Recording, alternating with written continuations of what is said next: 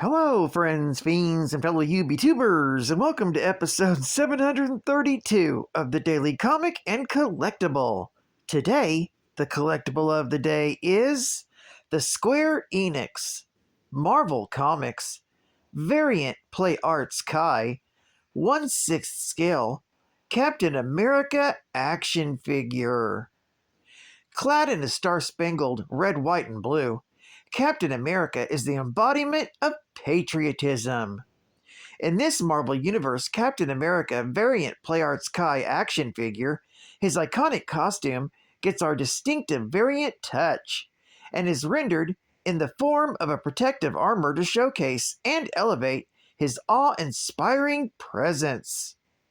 His signature round shield maintains its classic colors and can be placed either in one hand or on his back with ease. The joints have a wide range of motion for dynamic posing, including him wielding his shield as a projectile weapon, giving you the option of recreating Captain America's charismatic moves. The paintwork is very realistic as well, evoking the gritty situations the Cap has gone through, chipping of the paint from fierce battles, burn marks from explosions, remnants of dirt and grime. These elements and a modern interpretation of the character takes this action figure to another level. Features over 20 points of articulation, including shield, 3 additional pairs of hands, 2 extra accessories, and is packaged in a sleek magnetic door display box.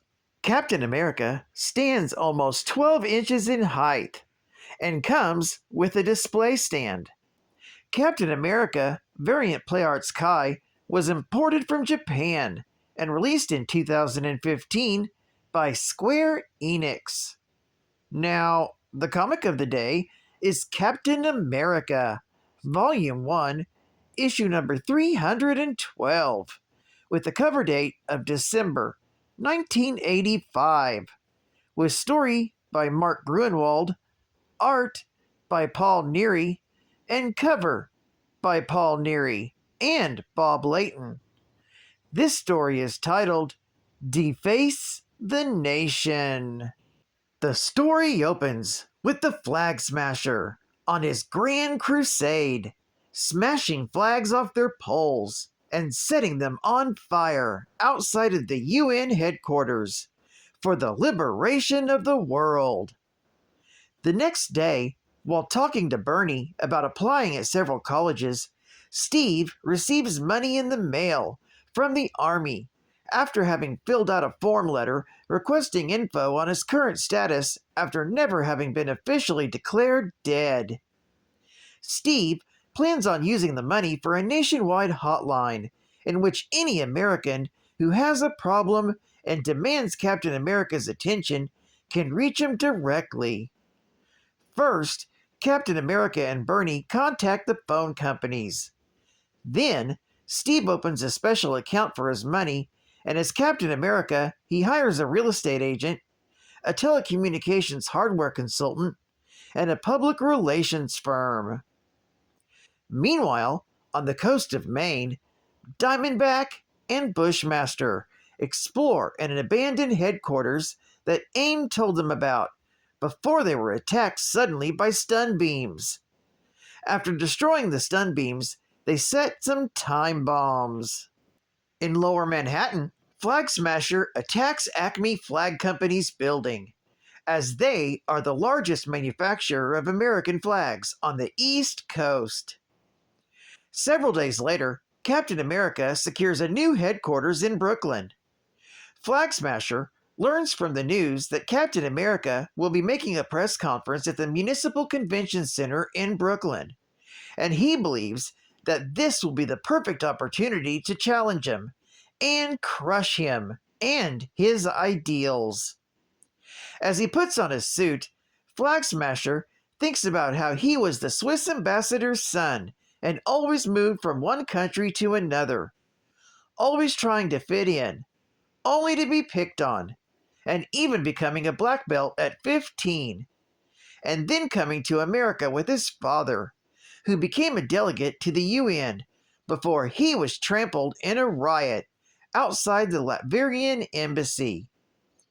Then, Flag Smasher smashes one more flagpole before leaving a warning that says abolish nationalism or die, while Captain America gives a speech to a large crowd waiting for him.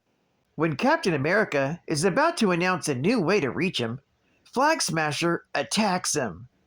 Captain America throws his shield at Flag Smasher's jet cycle before the villain picks it up and threatens to shoot indiscriminately into the crowd if he comes any closer.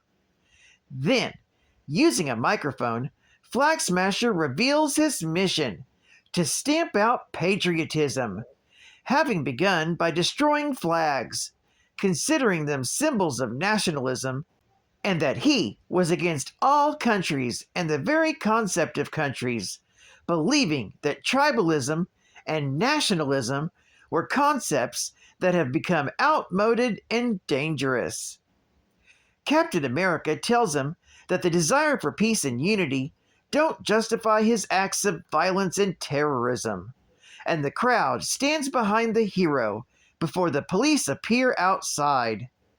When Flag Smasher's distracted, Captain America severs his flame-throwing pistol from the fuel tank before regaining his shield and disarming his mace before knocking the Flag Smasher unconscious.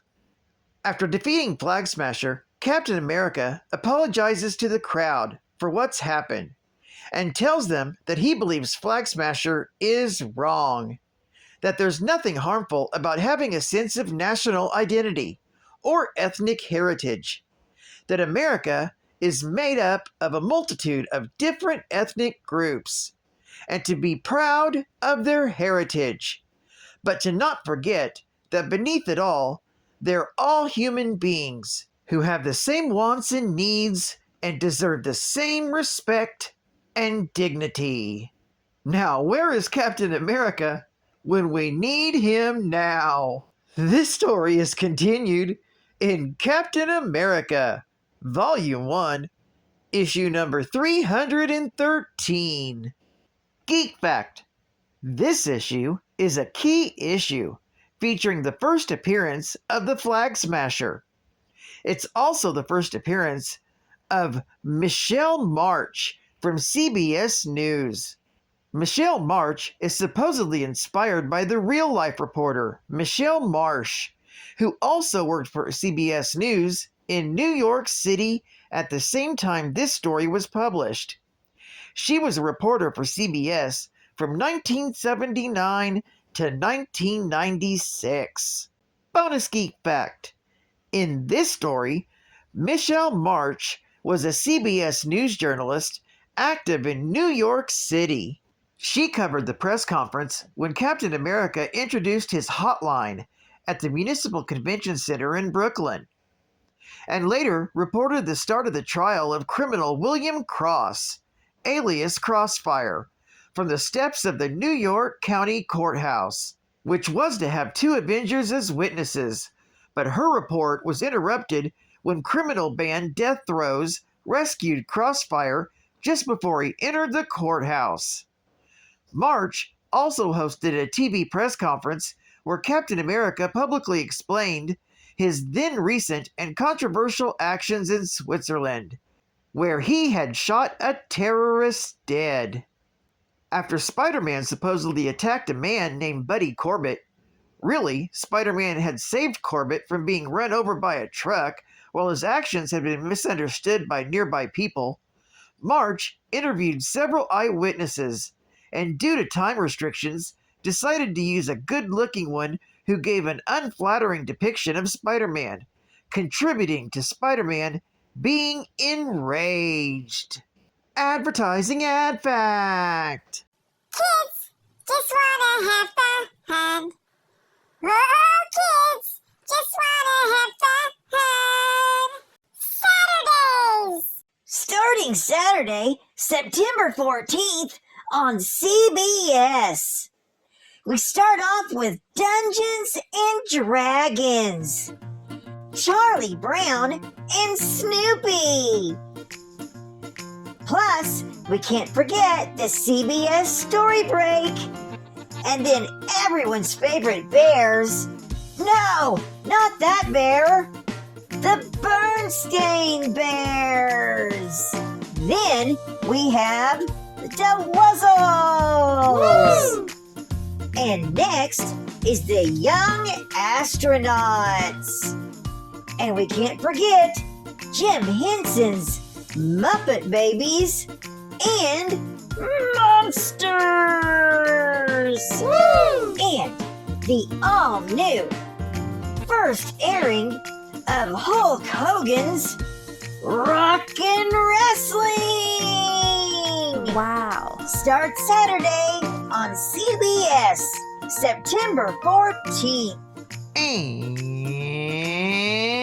final geek fact.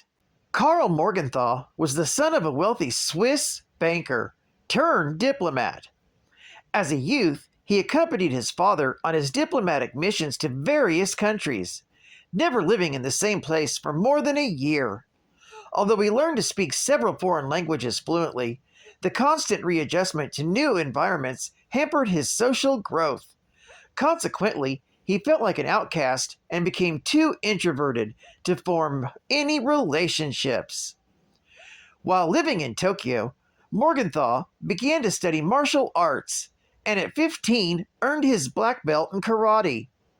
At the age of 19, he followed his father, who had become a delegate to the United Nations to America, and enrolled in Columbia University. He intended to major in political science and follow in his father's footsteps by becoming a diplomat. However, when his father was trampled to death in a riot outside the Latvian embassy, the young man's goals changed. He felt that his father had pursued the goals of world peace and unity far too passively. He would spread the message using the only language he felt the world would respond to: the language of violence. Employing his vast inheritance to finance his missions, Morgenthau contracted certain unrevealed parties to supply him with an arsenal of experimental weaponry. He then fashioned himself the costumed identity of the Flag Smasher, and returned to New York to begin a campaign of terrorist assaults on symbols of nations such as national flags and embassies. Through these random strikes, he wanted to promote that nationalism is an outmoded concept, which tends to promote disunity among the family of man. Learning that the hero Captain America was going to make a public speech, Flag Smasher held the crowd of hundreds attending the press conference hostage, forcing them to listen to his long, anti-nationalistic rhetoric. When the confrontation turned physical, Captain America overpowered the Flag Smasher. Well, I'd like to thank you for joining me for another Daily Comic and Collectible, and I hope to see you again Wednesday. This is Cut Ben Comics Man, and I'll catch you on the flip, baby. Over and out.